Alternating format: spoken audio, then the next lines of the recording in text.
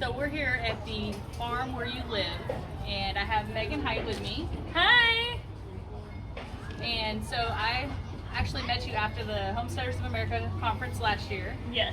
And so we met up, and I've been following you mostly on YouTube, but I go on Instagram some. Yeah. But I need to start going on there more because I post a lot on Instagram. yeah, so. I watched one of your YouTubes the other day, and you were like, I post more on Instagram, and I was like, oh, okay. So I think I saw you on Facebook and YouTube, and so I was like, Yes. well, now I got to go back on Instagram. 3 times a week on YouTube and usually twice a day on Instagram. So it is a whole lot more on Instagram. So I may not be able to catch up, but I'll have to start from there. There you go.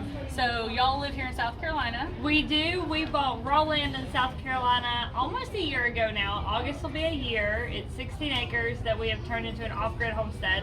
And we're doing everything by hand. So it's slow going, but we're getting there. Yeah.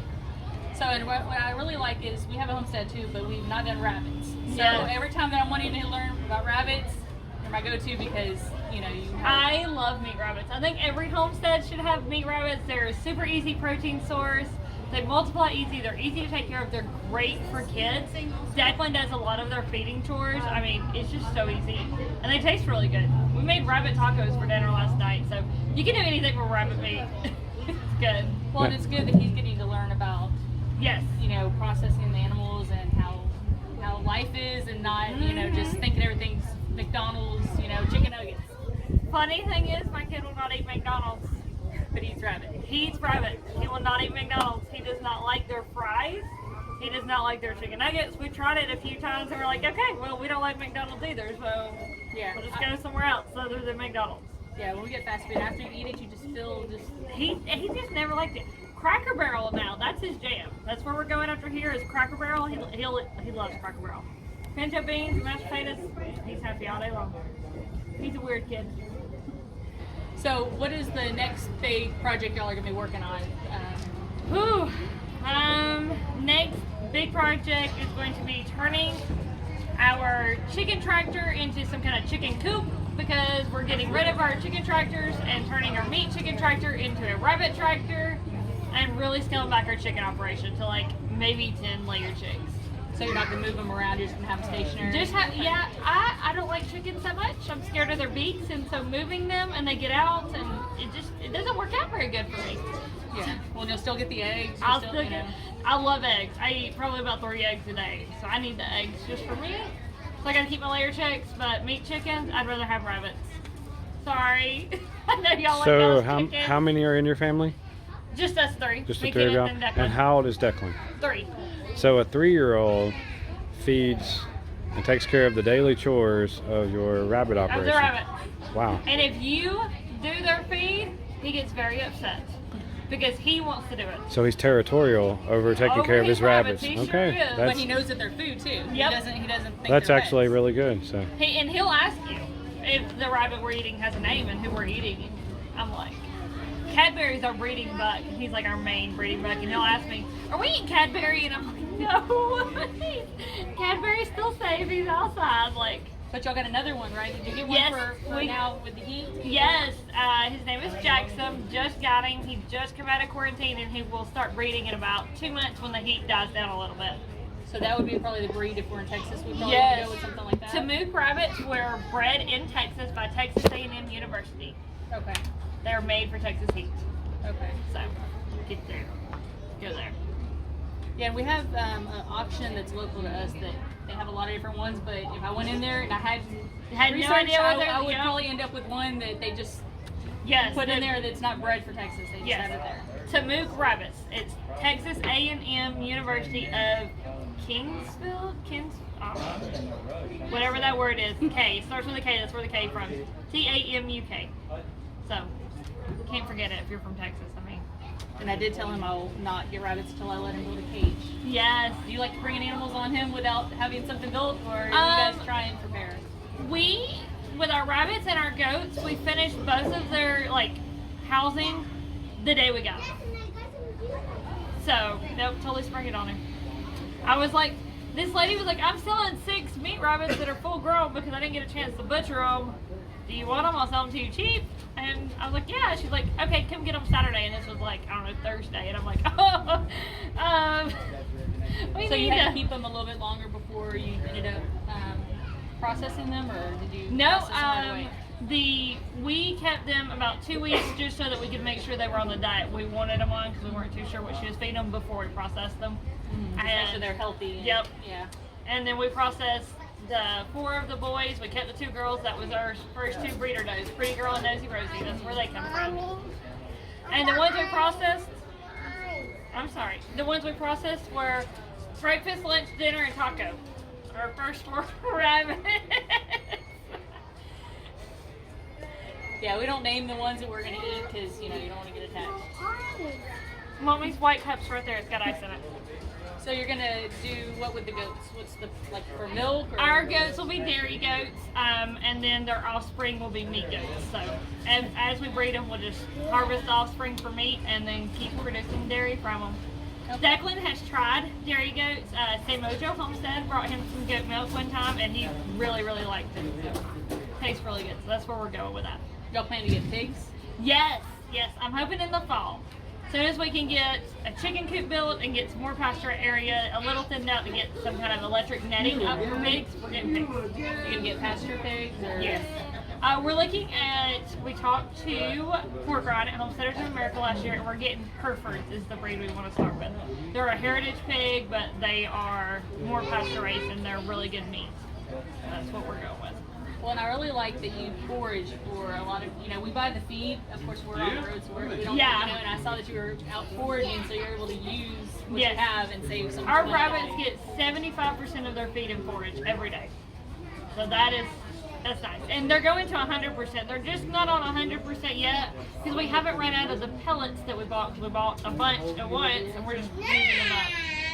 You think 16 rabbits would go through a whole lot more pellets, but when you're feeding them 75% forage, it kind of takes a while to get rid of all those pellets. Well, and it's summer, so they're not probably eating as much as they would in the winter, right? Yep, but in the summer everything grows, so they get awesome forage during the summer. So what do you have coming in your garden? Oh man, Everything? Everything. My garden is getting so big and I love it. I picked my first cucumber the other day. Me and Declan ate it right in the garden, which was awesome. Ground cherries are his favorite because he can go up and they're right there on the ground and he can just go up and pick the ripe ones. They're easy to tell which one are ripe and which ones aren't, so those are what he loves right now. My beans are starting to come on. I got bean pods going. It's all coming together. So you're gonna can or Yes, preserve? I love pressure canning. I bought me a pressure canner this year. Pressure can meat right now, but I can't wait to pressure can my vegetables for my garden. We can't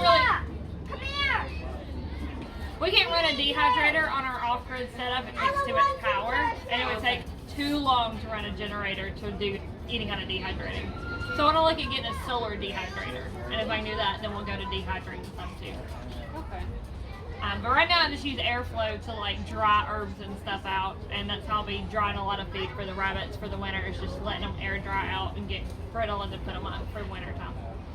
So here in South Carolina, can you have like a cold cellar or anything like that, or is it too far south still? The problem is most people do cold cellaring underground, and in South Carolina our water table is so high, if we dig down 3 feet we got water. Okay. So if we did anything underground, the moisture would just continuously seep in and we'd have to pump it out. So we're still trying to figure out how to get that set up to do an above ground one, and we just ain't got there yet, but we want to do something in the You future. have to experience the I Hight got Life. canned rabbit on the shelf. Come experience the Hight Life for a weekend and see if you can hang and handle it or whatever. And I may have to hit you up if we come through, because he told me, he's like, I need to try rabbit before he Yes. builds it, so I'm sure I'll like it, but I may have to Yeah, buy I told her, one I said- from you that's ready to process. I said, and you're not buying any rabbits until you've tried it, because I will not raise But I really food. like the fact that you can take their manure and everything, put it right on the garden. That Yeah. right there, Love even it. though we have chickens, I think that would be great. Yes. Well, if I had thought about it, I could have brought you a jar of canned rabbit and you could have taken it home with you and eaten rabbit. I have a ton of jars of canned rabbit. My last butchering date, I canned all of them. So, Yeah, I need to do that so next time easy to with have chickens. shelf-stable rabbits. You're like, hey. It's awesome. So everyone, this is Declan. He's the rabbit king. Can you wait? What do you say? What is it he says at the beginning? Say, hey, friend. Hey, look. Oh, no.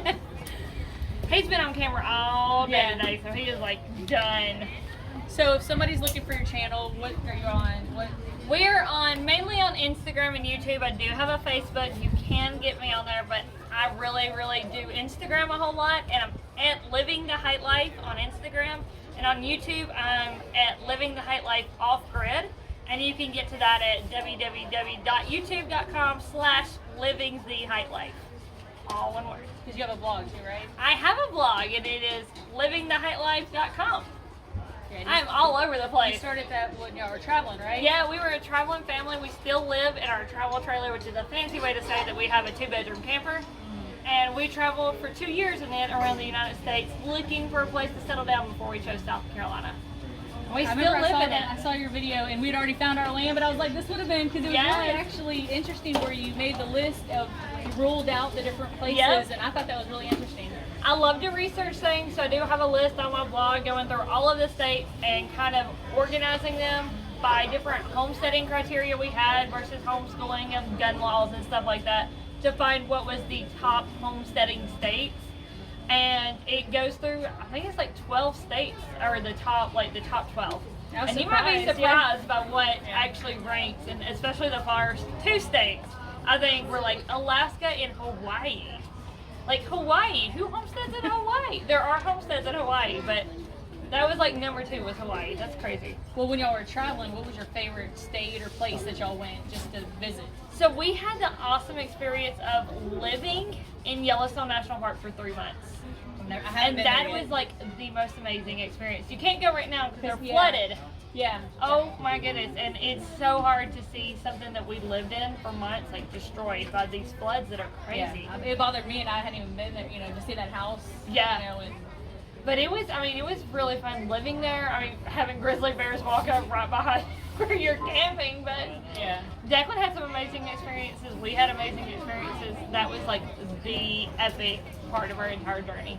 I loved it. And y'all have animals out there where you're at now, predators or? Oh, we have mainly coyotes and stray dogs, and hawks are our big issue where we're at right now. Other than that, we really don't have much of an issue, but coyotes, stray dogs, and hawks, they'll get you. See, and when we first moved to where we're at now, there was hawks that were circling over, and I was afraid to let our chickens out, but with our livestock dogs, and then having ducks and geese, they scare off the hawks. Like they're out in the wooded area, but our chickens, like I said, they don't go up at night. So if they wanted to, they could come and just scoop one up. But even little pullets don't disappear. So, oh man, I don't know if you want ducks or geese or. We do want ducks in the future. We're going to put in a duck pond. It's on the radar, hopefully for next year, to be able to clear out enough space and dig out a duck pond. We have an area of our property that's swampy. Okay. And so we're just going to dig that swampy part out and make it a duck pond since it already holds water. And you're going to use it to build up for like a home site or something? Yep. Okay. And then we're just going to use it multi-purpose, hopefully put some fish in it, so we'll have fish to eat on and stuff like that too. So we're excited about that. Declan loves to fish. He learned to fish in Yellowstone National Park. Yeah, he can go fishing in his He loves to backyard, fish everywhere now. So we've got some big plans for the homestead. Just taking a lot of time to do it debt-free. We're getting there though. Yeah. And by hand and not having machines and everything. So Those would be nice, but yeah, it takes time. I did show him y'all the thing y'all were mulching with because we have a lot of pine trees, and I was trying, but I think you had got it like secondhand or something. Yeah, we bought it on Facebook Marketplace. Yes, that looks like that would come in handy. So it's definitely earned its keep. We have used those wood chips for so much stuff along the homestead, and we still have piles and piles of brush. It's just waiting till wintertime to mulch, because when you have piles of brush, that is breeding out ground for snakes. Yeah. I'm not sticking my hand into a bed of snakes. Well, and you're busy with the garden and everything else to try and. I got so much going on right now. It ain't funny. But I make time to come to events like this and meet awesome people like y'all.